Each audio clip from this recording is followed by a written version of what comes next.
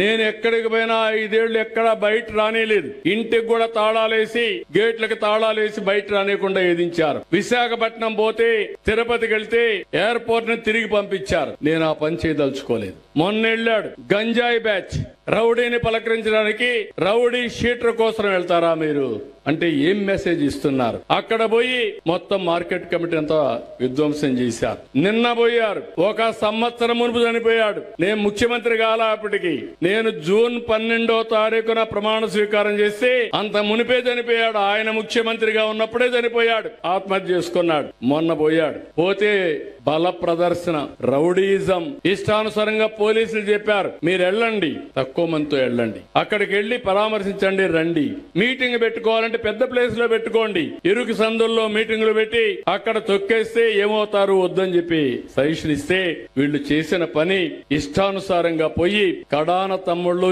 ఎంత క్రూరమో మీరు ఆలోచించండి. మీరు ఎక్కడన్నా పోతా ఉంటారు కారులో, ఎవరికైనా యాక్సిడెంట్ అవుతుంది, ఏం చేస్తారు మీరు? నిలబెడతారా లేదా? మానవత్వంతో హాస్పిటల్ తీసుకుపోతారా లేదా? మీరు ఏం చేస్తారా? చేస్తారా లేదా?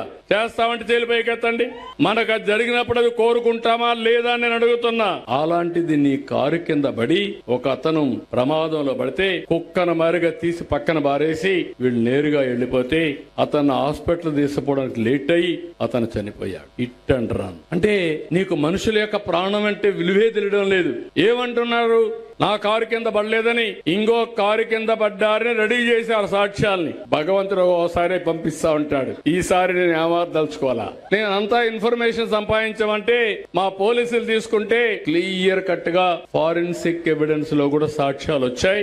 ఈయన కారు కిందనే పడ్డాడు, వీళ్ళు లెక్క పెట్టుకోలేని చెప్పి చాలా క్లియర్ గా వచ్చింది. ఎవిడెన్స్ ఉంది, వీడియోస్ ఉన్నాయి. ఏం తమ్ముళ్ళు మీకు బాధ అనిపించదా? నేను ఎలాంటి వాళ్ళతో రాజకీయం చేస్తున్నాను? నా జీవితంలో నేను ఎక్కడ కూడా ఒక వ్యక్తిని కొట్టింది గాని నా మీద కేసులు పెట్టించుకున్నది గాని ఎక్కడా లేని పరిస్థితిలో ఇప్పుడు నేను నేరస్తులతో రాజకీయం చేయాలంటే చేయకపోతే మిమ్మల్ని కాపాడుకోలేను, చేస్తే ఇలాంటి ఇబ్బందులు. అందుకే మీరు కూడా గుర్తుపెట్టుకోవాలి, మీ అమ్మాయికి పెళ్లి చేయాలంటే మీ అబ్బాయికి పెళ్లి చేయాలంటే 7 తరాలు వెనక్కి చూస్తారు. చూస్తారా లేదా? పుట్టు మచ్చలు కూడా చూస్తారా లేదా? అవునా లేదా? కానీ రాష్ట్రంలో మాత్రం నాయకుడు కావాలంటే గుడ్డిగా ఓటేస్తారా తమ్ముళ్ళు అని అడుగుతున్నా. కులము మతము లేకపోతే తప్పుడు సమాచారం చెప్తే నమ్మడం ఇది సబబా అని మిమ్మల్ని అడుగుతున్నా.